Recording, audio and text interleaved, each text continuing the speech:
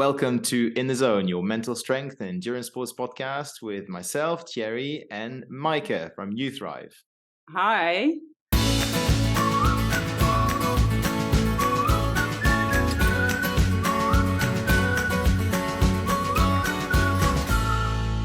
So, Maayke, where have we been? It's been a while. How's it going?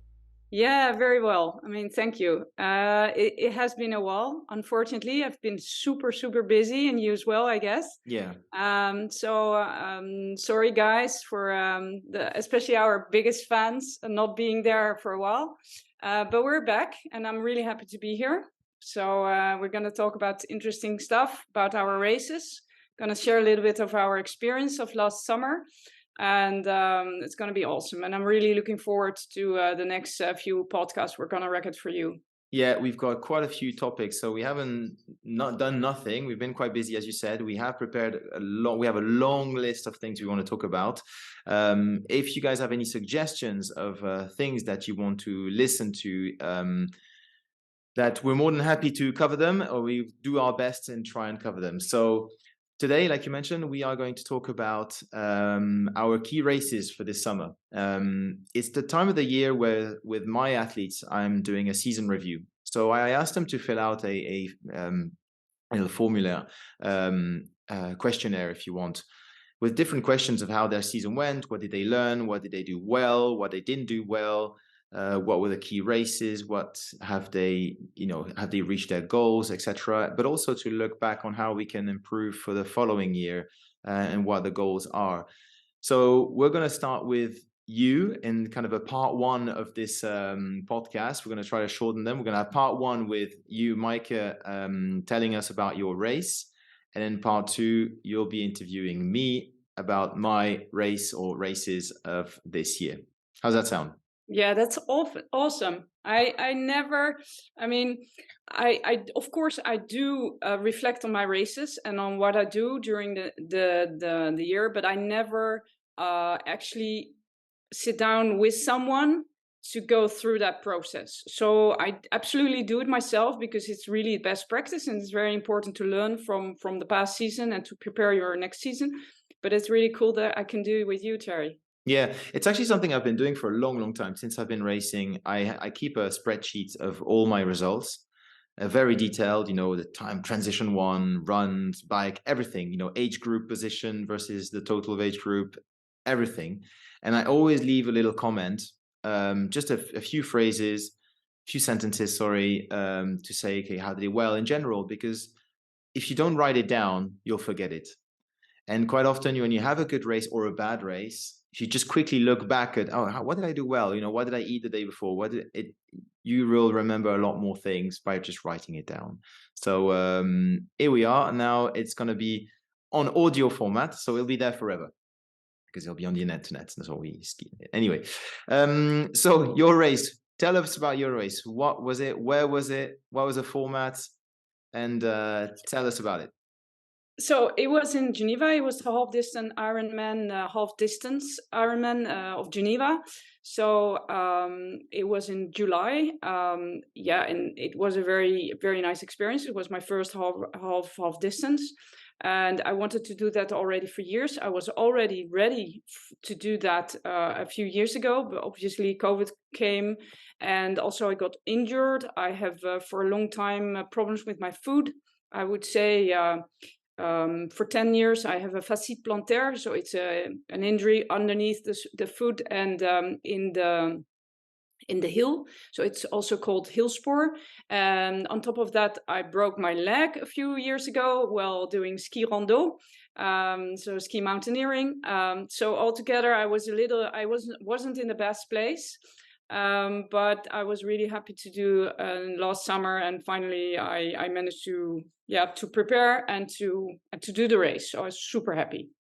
So you've obviously done a lot of races throughout your, the last few years throughout your career, as an amateur sportswoman. But now you're approaching this race completely differently because of these injuries. Yes. Were you scared to come back and race? Absolutely. I was super scared. I've been doing always the Olympic distance. which is a very explosive distance. So obviously, if you do not pace yourself during the training, which I have a hard time doing, you can easily injure yourself. And that's also basically the reason why I got injured, I would say, already 10 years ago. So this time I wanted to approach it completely different. Of course, the distance is also different. So the paces are different. The kind of training is different. But I was super scared, and I absolutely wanted to do it well without any injury. But there's always this voice in the head that tells you that you have to be careful and you have to pace yourself. And when you do that, then you start to doubt, because you ask yourself, am I doing enough to have a good race? So it's not easy to prepare a race while having a history of injury. Yes. Yeah. Because when was your last race before that? Before that was what was I think in 2018. Wow. Okay. Yeah. So yeah, Yes. 4 years So ago. got Yeah. my leg. It was just before I broke my leg. So it was I'm always very bad at timelines, but it was just before I broke my leg. So yeah, Yeah. it must have been a few years ago. Yes. And so you say you did the half Ironman, the distance. So let's remind people that's a 1.9 kilometer swim, a 90 Yes. kilometer bike. Although I think in Yes. Geneva it's a bit, is it 80 or 90? No, it was 90. It It was was a 90. bit Okay, more because there was even. one Yeah. year they did it Yes. shorter. So it was Yes. 90-kilometer bike Yes, but it was a and little bit more even. and Yeah. the 21.1, so the half Yes. marathon run Running. at the end. Yeah. Yes. And you chose that distance because for the challenge, or you said before because you knew that the training would be slower compared to an Olympic? Is Yes. that part of the reason as well? Exactly, that was part of the reason. So it wouldn't be as explosive as an Yeah. Olympic Okay. distance. And so it would probably suit my body where my body is at this moment better. And I would also like to do an Ironman at one point. So I want to build up to an Ironman. Yeah. Yeah. So, well, tell us about the preparation, basically. Well, the preparation had been done by a trainer, a coach who I have known already for a while, and he just delivered me every week program. It was especially for the running at very low pace, so it was very tough because it means a lot of patience. Because there's a huge difference between running at 6 minutes 20 and 5 minutes, obviously. So, and this pace, I wasn't used at all. Yeah. So it was a patience game rather than anything else. Yeah. That's so. And yeah. For the other disciplines, I mean, just maybe one discipline after the next. Yeah, well, so the running was a low volume and low pace.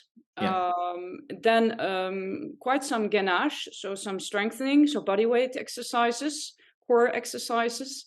And then for the swimming, well, there I've never had a hard time swimming, so I just kept on doing what I've always been doing and worked up the rhythm a little bit over time. So I worked up the volume. But I didn't do a lot of swimming. Even in my Olympic distance time, I did sometimes 3-4 kilometers, and here I didn't do much more than 2 kilometers. I did a little bit of intervals, but that was it. And then for the cycling, I just did weekend cycling, and around 60 to 100k per weekend, and then throughout the week I added a little bit more, sometimes 30, sometimes 40k in the morning, just a short, quick ride. Easy. So the both swimming and cycling was just fine. I just continued to do what I already do for a few years, and only the running was more structured, but at a very low pace and low volume. Yeah, but overall was fairly low volume. So yeah. That was the whole idea, to just come back, get back into shape. Well, I'm always in shape, but get back into race mode or race routine or preparation routine for a race without overdoing it. Yeah. And then also, given the fact I'm super busy with my work, sometimes traveling, so it was also the question I asked, to do low volume, high efficiency, and get back into a routine. Yeah. Because what was the goal for you? Just to complete it, or you had a time in mind, Complete it. different things, or No, yeah. no time. I wanted to do it. I mean, 4 years ago, I wanted to do under 5 hours, but that was obviously not possible for now. Hmm. And I just said, look, I want to just finish it and enjoy it, Yeah. and not be scared about injuring myself, and just enjoy it and just find back my form and my confidence. Yeah. No, it's good. And so coming up to race week, Hmm. you're getting a little bit more nervous, I guess. Yes.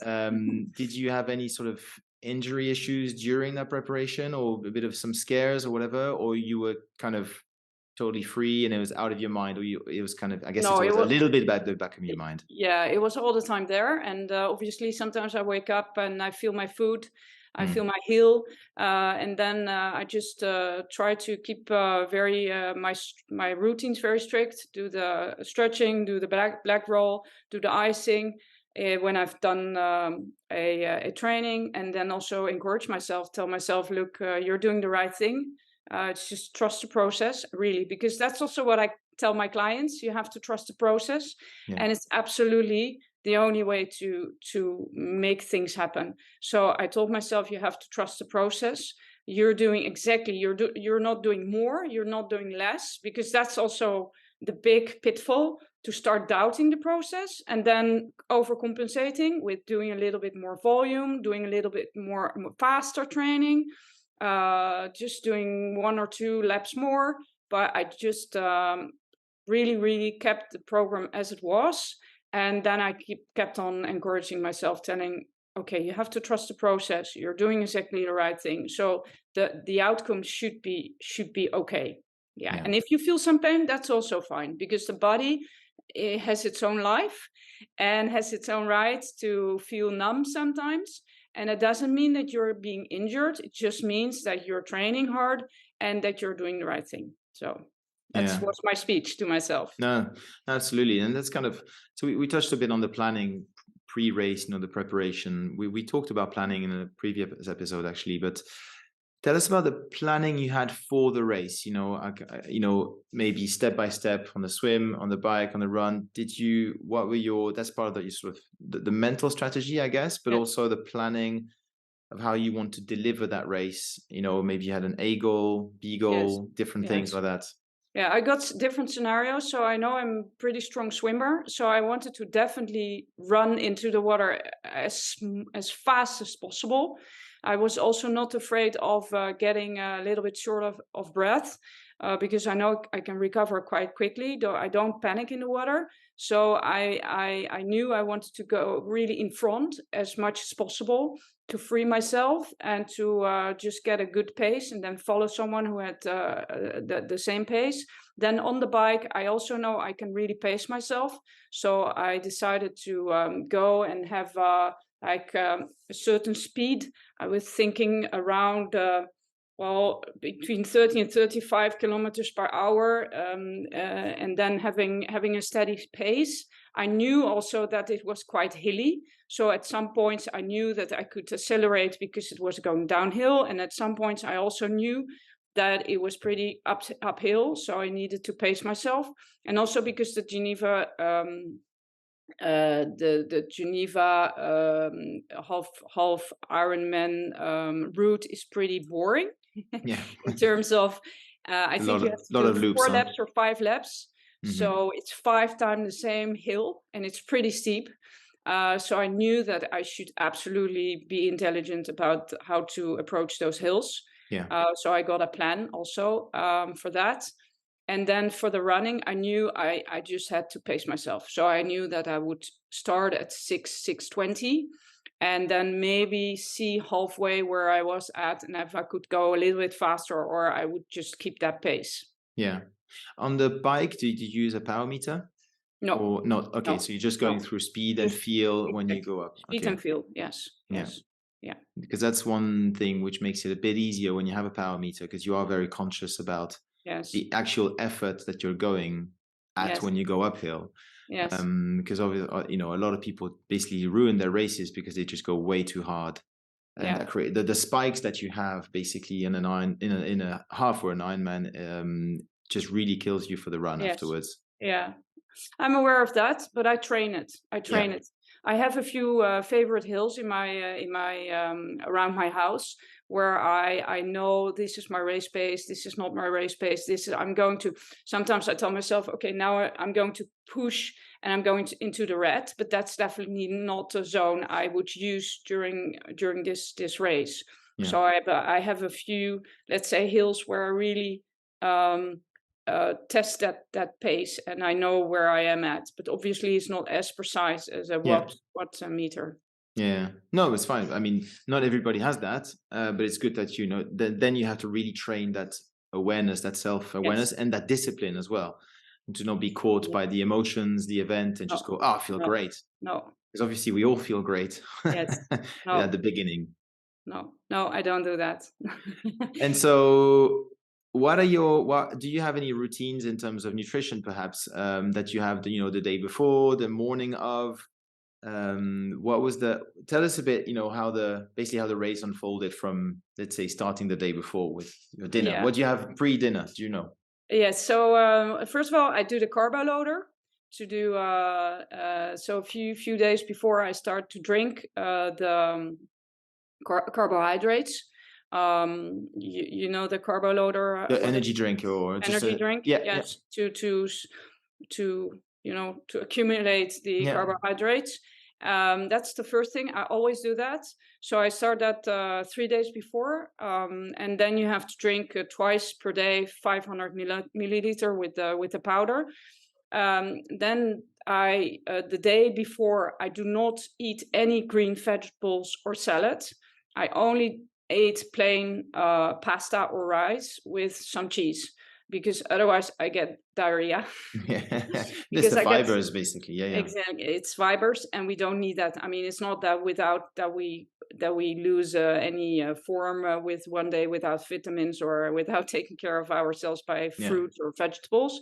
So it's something really helps me to feel better. I don't eat too late, so I eat quite early, let's say at 5 o'clock, and then in the morning I wake up really early to have like a good breakfast. But a good breakfast is like white bread with some jam or some sweet stuff. I also take bananas with me for just 2 hours before, then 1 hour before, and then 30 minutes before. yeah. And then I also promised myself I had made a whole schedule of the nutrition during the race, and I put everything on my bike. So I wanted to eat every 30 minutes something on the bike, and drink also every 30 minutes something. I Hmm. also had practiced that, and I prepared that, and I cut it. I put it on my bike with On the like bar, yeah, on the bar. Yeah, exactly. top So tube. I had this schedule, and even though I slowly started to feel a little bit less good, Yeah, because you're in a position where the stomach, and I have a very sensitive stomach, where the stomach just doesn't want to eat anymore. But I really forced myself, even if it's just a little bit, and to eat. And yeah, I also take only what I really like. So I would really tell people, would if that is like a piece of a croissant, take a piece of a croissant with you. yeah, So yeah, yeah. and test it. So I have some kind of cookies which I really like, and I take some chocolate. I really eat every 30 minutes, and I drink every 30 minutes. I also had 2 salt pills because it happened to be 40 plus degrees, It was hot, yeah. super hot, and I took one at the end of the bike ride, and I took one halfway of the run. So Hmm. I also had prepared that. Yeah. No, it's good. No, it seems like you had a very, very planned Yes, you have race. to. So that's, yeah, absolutely. Well, you'd Yes. be surprised actually. Even, even sometimes when you know how to do the things and you coach people, you sometimes don't even have yourself the best preparation. So it is Yeah. it's good. But so tell us about the race, how it went, the swim. How Swim did it went go? pretty well. Pretty well. There was what is it? An Australian Exit. Yeah. exit, which means that you have to run out of the water and then dive into the water again, which made me a little bit nervous because we had to walk through the mole sands Mm. for, let's say, I think 500 meters or something, which was quite Oh, a lot. wow. So it's like, and that's really tough on the legs, actually. So but I visualized that. I visualized that many times. I think at least 3 days before the race, I started visualizing that because before I just went there to observe and to look at the exit and how the beach would look like. Mm-hmm. So I observed that, and that really helped me because I had a pretty good swim. I don't even remember the times because I'm really bad at that. That's also because I'm not focused on the results at all. I really Mm-hmm. do practice what I preach in that sense, that I really only look at the process. Yeah. So I don't remember the swim, but I think I was, I don't know, third out of the water of the women on my age, or I Was don't that know. how was it a wave group? So just only Yes, the age group women went at the yes, same time? yes. Okay. Yeah, That's yeah, good. yeah, yeah, yes. No, sorry. It was a Or, wave group, but it was a wave group based on an estimate, I think, oh, okay. time estimate. Men and women in the same. Men and women in the same group, Oh, exactly. wow. Yes, Okay. yes, yes. And then the bike went really well. I actually had someone in front of me, which I tried to keep in my in my vision. Mm-hmm. And I think she won the race finally, so it was a good pacer. Yeah. And she was really fast, and I lost her in the last round. That was clear. Okay. Yeah, I lost her Only on the last round, so it's yeah, pretty only good. in the last round, which was Yeah. still okay. But Yeah. I also told myself, be careful, because she's really fast and I'm going really well. But that doesn't mean that you can keep this pace all the time. So I kept it for 4 rounds, and then in the end, I just went a little bit down. I would say that's also learning. That next time I might want to lose her a little bit earlier in the process. Mm-hmm. But it's super difficult for me because I'm extremely competitive. Yeah. So it's just this finding this balance between following your one voice, trying to be competitive, and following the other voice telling you to pace down and to just Yeah. keep the plan as it has been planned. Yeah. But there's also something about obviously it's a non-drafting race, so that's Yes, of you're course. not allowed to sit behind someone. But I Hmm. think the rules is about 10 meters if I Oh, know. but she was like But 20 meters no, but what in I'm front trying of to say me. is that if you have someone who is 10 meters in front of you, you still get benefit of some draft. Of So course. you're Yes. legally behind someone at 10 Yeah. meters, but you get the draft.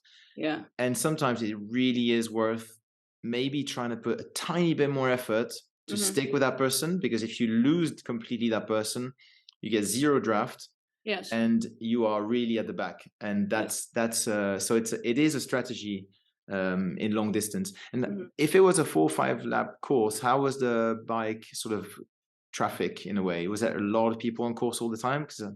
Or was it Yeah, there okay? were a lot of people, but I was also a bit in the front in my wave, so that was still okay. But Mhm. it's true that there are quite a lot of people, and some people do cannot pace themselves, so they try to Yeah. catch up with you, and then they fall back again, and then they try to catch up with you. So that was pretty. Sometimes that's pretty challenging. Yeah. Also psychologically, of course, because I don't care what they do, but they bother you. So it's a little No, bit. and I know how it is. It's frustrating when you have a pack of people, for example, overtaking you. It's just so frustrating. You should just put it away, but you're like, well, they're cheating. I'm not, and I'm gonna have a harder race than them. It's like it's Yes, I find it it really bugs me actually when this yes, happens. yes. Difficult. Yeah, But yeah. but sometimes you are in situations where you can't really almost not draft because it's just so Yeah. many people. Yeah. So you should like step down and just have a little bit of, but But yeah, here was it's okay. difficult. It was okay, yeah, because It I was remember really okay I because did it's it. quite long, so the pack spreads out pretty quickly. Yeah. And but it was okay. The only thing, there was quite some wind also, so Hmm. it was pretty challenging actually, the bike ride, I must say. Yeah. Yeah. So you get off the bike, things are going Yes. pretty well. You don't Yes. remember your swim time, but you had a good swim. You had a good Yes. bike ride. The time, I mean, I don't remember. It was were really you good. I think it was within third your in the target? women again. Were Yeah. you within your timeline or target Oh of yeah, sort of absolutely. range of, yeah, Yes, absolutely. good. Yeah. And then the run. So I knew it's going to be tough. That's also what the coach said. He said it's going to be really tough for you because you didn't do any volume. Yeah. So just make sure you pace yourself, and you're gonna probably gonna suffer. Yeah. But that's okay. You can do that. So, and that's also what happens. Yeah.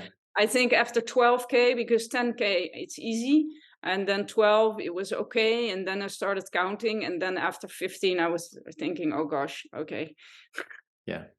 this this is this is not what I was preparing for.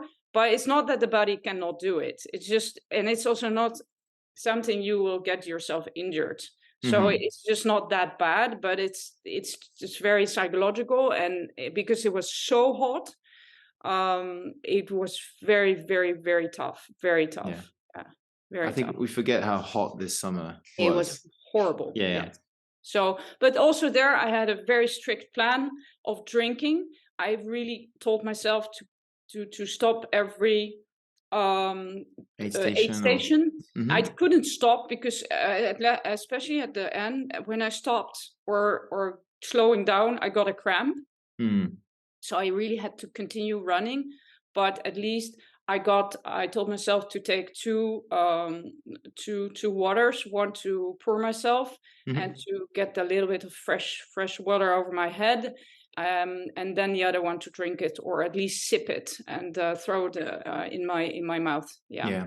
No, when the weather is so hot like this, it's just to be as wet as possible. You just have to Yes. put water on top of you Yes. all the time. Body temperature is just a huge factor in your performance, actually. So even on Absolutely. the bike, if you can just drench yourself with water, Yes. you'll keep cool as well with the movement, so that Yes. you start the run in cooler temperature in a way, Yeah. and still on the bike to do it. The annoying thing I would say is if it goes in the shoes, and then it's like, it's really like, that's sort Yes. of it's just, that's the Yes. recipe for blisters. But Yes. to keep at least the cap wet, or back of your head, or everything, anywhere you Yes. can. Some people, Yes. if when they have ice, it's nice when you can grab some ice in the hand Yes. and just run with that ice. Yes. That's Yeah. also, but you don't have ice No, we didn't have that, and everywhere. I also changed my running trousers. So Hmm. I changed Okay. the cycling Yeah. shorts. I forced myself to do that. It took me a really long time because obviously the transition just takes so much time of the whole race. Yeah. And I really trained also the transition, especially when I did the Olympic distances. But this time I forced myself to change the shorts, because otherwise I would get really blisters on my bum. Yeah. Yeah. And I even got them with my normal running shorts. So Mm. so Yeah. it was so hot. It's a fun sport, triathlon. It Fun really stories. hurt. I couldn't sit for 2 days because it's just like it's just Yeah. burning. No, Yeah. that's great. So you crossed the finish line. What is it that what's the feeling? What do you feel? I was so happy. I said, "You see, you can do this. It's just easy." It wasn't easy, but no, I was super happy. I was really happy. I was very proud of myself. Yeah. Yeah, that's Yes. good. Yeah, well, Yes. you should be proud of yourself. Yeah, It's a great absolutely. I am. achievement. Yes, yes. And I did really good preparation, also mental preparation. I did visualization, Yeah, prepared everything.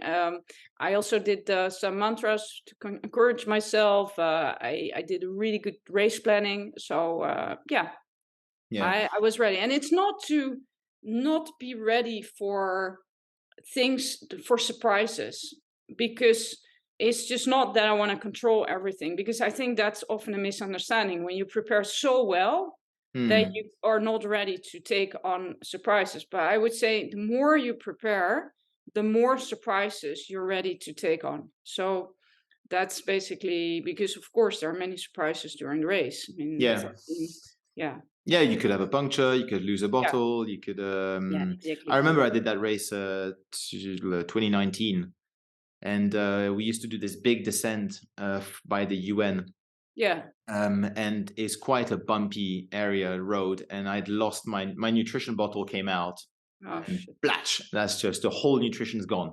Ah, And you're like, great, now I'm relying on the drink from the guys I don't know. And that's, yeah, after 5 kilometers. yeah, And you have, whatever it was, how many to do. And I think it was a bit less. I think it was 80 back then. Or no, it was 90 actually, it's true. And I had a disaster race at the end. The run was disastrous. So you oh, have to kind of plan for these things, it's true, in a yes, way, and adapt your race. yes, All these things can happen. But it seemed that you exactly. had a very strong preparation, very planned, very meticulous preparation, and everything went to plan. So I'm Yes, really happy to hear that it went well yeah, overall.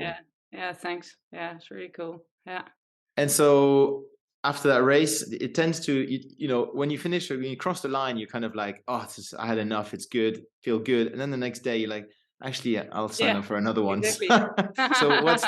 So what have you got for what would be the plan now, for next year, perhaps? So first, so the races, you mean? Yeah, yeah. Yeah. So I want to do another half my Ironman. I'm not sure I'm gonna do the one of Geneva, because maybe I'm not there because of my work. I need to travel probably in that period, but I might do another one. Maybe Rapperswil. So it's a little bit earlier in the season. Hmm. And then I want to do either half marathon in Geneva in May, or maybe a marathon. Yeah. So Okay. But the marathon will be I said after it. the race. After the race. No, no, no, no, before. So in May. Before. Yes. Oh No, in May. no. Sorry. So it's either one of the other. Okay, because you Yeah. don't do a marathon and then a And month then later you do a half no, Ironman no, no, no, is a no, no go. no. Exactly. So either it's the half. It's the Ah, okay. marathon in May, and then I might do a half Ironman in the off season, or not off season, end of season. Yeah. We're also looking at Cascais in Portugal. Yeah. It's October. Yeah. Yeah. Or I'll do a half marathon, and then I'll do the Rapperswil. Yeah. Yeah. No, okay, makes sense. Yeah. Yeah, that makes more sense, huh? And will you put now a few? What are the things that you think? Will you take a bit more risks now this time, or will you take a similar approach of a bit more conservative training? Um, you know what I mean? Yeah, I understand. So that depends on the winter. I'm gonna start a strength training program now, Yeah. once per week or twice per week. Like real strength training with the weights. Yeah. Then I'm gonna do like cross country skiing during the winter, and skating in the Jura. So, and then it depends how I come out of that, and Hmm. then we'll define the exact goals. Yeah. Yeah. No, I think. I always, like, again, I look at the process. So I have my dreams, I have my objectives, but I look at what is it that I do now to get there. And then I evaluate every, I would say, month or 3 months. So I go and I'm going to go into winter with some goals, and I Mhm. see how I get out of that. And then I define my exact goals for the next phase. Yeah. And why is it that you want to race again, perhaps another half Ironman, or why is it that you want to go to the Ironman distance in the future? It's just fun. No, you know what? What I like about the triathlon, it's again the training. So it's the journey, Yeah. because it's so fun to do different things and to discover more about yourself and what you're capable of and what you're not capable of. And it's also to be fit and to have, I mean, it's, first of all, it's especially in spring, it's all outdoors. Yeah. So it's fantastic to go cycling, to go swimming, to go running. So it's just a journey, which is really nice to me. And then I want to always stretch myself. So Yeah. there's no limit. So it's just Ironman, and then I don't know, maybe something else. It's also to compensate for um, my old hobbies, mountaineering, where there was so much endurance and so much um, pushing yourself in your own boundaries.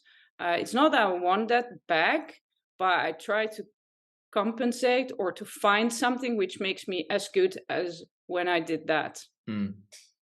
Yeah. No, it's cool. It's good. It's great. No, well done for your race. And perhaps from your experience that you've Yes. had, coming back from the injury, what would be the key takeaway for you to come back from this type of injury to then have a successful race?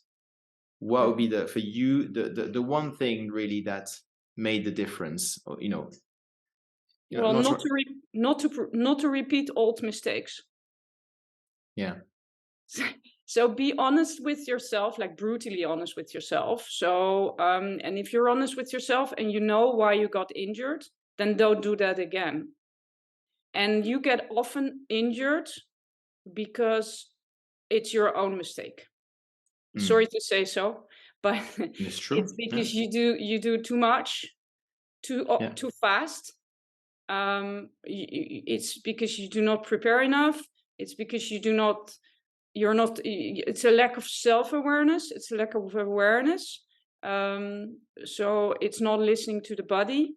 You seldom get injured because it's just happening to you. Of Yeah. course, if you are having bad luck, I'm not talking about that, but just normal training, you should not get injured. Yeah. It does happen, but you're Yeah, right. You're yeah, right that if you you're always going too hard and everything. So I guess that's your that was your not to repeat the same mistakes, and you've exactly. and you've done well. So Yeah, yeah. no, well done. Anything you'd like to add for No, otherwise no. we'll wrap it up. Yes, we wrap it up. Thanks Yeah, so but much for no, well the done nice for your questions. race. Well done Yes, for your race, thank and you. that will end our part one of this comeback episode, our season review. Thanks a lot for listening, and see you in part two very shortly. Bye.